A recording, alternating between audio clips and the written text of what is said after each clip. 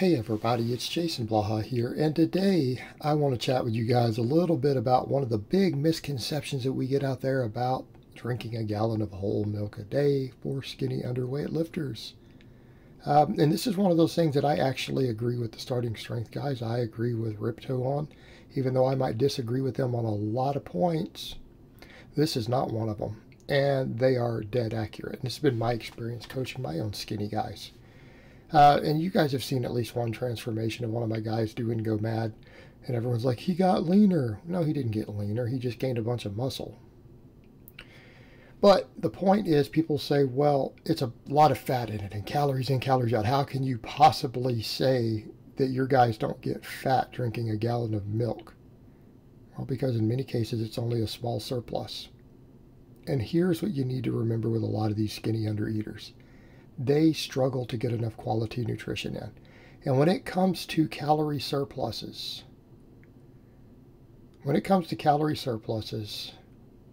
we know that quality matters. A lot of skinny, highly active, hyperactive guys end up eating a lot of junk food to hit their calorie needs. Is that the best way to gain muscle? No. Food quality matters as far as recovery. It matters as far as muscle protein synthesis. It matters as far as hydration. And setting aside whatever weird biases people have out there, if you look at something like milk objectively, and we'll get into that, and we'll get into the sports research on milk, I challenge you to find a more anabolic or better recovery food. I challenge you. I don't think you can. I don't think that you can. And that is an actual challenge. So, over to the point. If you can take a lifter and you can give them foods that increase muscle protein synthesis on a calorie per calorie basis better than another food, what's going to happen? They're going to gain slightly more muscle. If you're in the same calorie surplus, okay, and you're eating food that causes a higher muscle protein synthesis, what's going to happen? You're going to gain slightly more muscle versus fat on the same amount of surplus. I don't care how much that surplus is. I don't care whether it's 100 calories or 1,000 calories. But let's say 500, because a lot of my skinny guys, I'll put them on a 500 calorie surplus. You bet I will. How do you think I put 10 pounds of muscle on that one guy, and Mike, inside of 4 months? How do you think we did that? You think we did that on a 100 calorie surplus? Well, you fail at math if you think that's how we did it. So, over to the point. The higher your muscle protein synthesis, the more muscle you're going to gain out of that surplus. Okay, this should be common sense. Because you're either gaining muscle or fat. More muscle protein synthesis is more muscle. What else?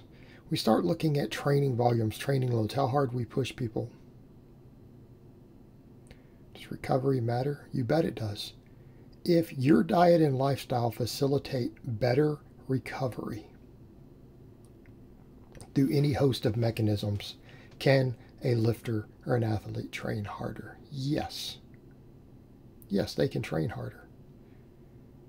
If I can increase your training volume by 30% because your diet elicits better recovery, are you going to gain more muscle on the same calorie surplus? Yes. We know that volume is the primary driver of hypertrophy. So if I can have you do more quality sets to within 1 rep of failure or even to failure on big movements because you can recover better, are you going to gain more muscle? Yes. Absolutely. And if you don't understand that, you don't understand training and you have no business coaching anybody. Okay? If you do not understand that fact, harder and more training equals more muscle growth. If your diet creates better recovery, you can push somebody harder. You'll say, well, how does milk cause more recovery? Have you looked at the research? You looked at the research? Look at the hydration. It is a superior muscle hydration drink. Scientists have struggled to make sports drink formulas that can even compete with milk. That's actually really hard. Muscle hydration, recovery, muscle protein synthesis. Then we look at the quality of the protein. Okay. If we're on the same calorie surplus, foods like milk are going to cause a greater ratio of muscle to fat. And if your calorie surplus is at the point to where it's within the potential for muscle growth that you have, or barely higher, it's going to be virtually all muscle. So how is a person going to get fat? How's a person going to get fat? If you're eating enough food to gain 2 pounds of muscle every month, and you're training hard enough to gain 2 pounds of muscle every month, and you're enough of a noob to gain 2 pounds of muscle every month, how are you going to get fat doing that? You're not. Your body composition is actually going to improve. Or in some cases, if you gain a small amount of fat versus muscle, your body fat percentage is going to stay the same, and you're going to look more jacked and leaner. A lot of people don't seem to know that. They're not getting fat. So let's come over why the milk then. Why the milk? Well, we see the studies on hydration. We see the studies on muscle protein synthesis. Whole milk causes better muscle protein synthesis post-training than even skim milk does. That matters. Then we come over to the calories. How many of these young guys have energy turnovers in the range of 3,500 plus?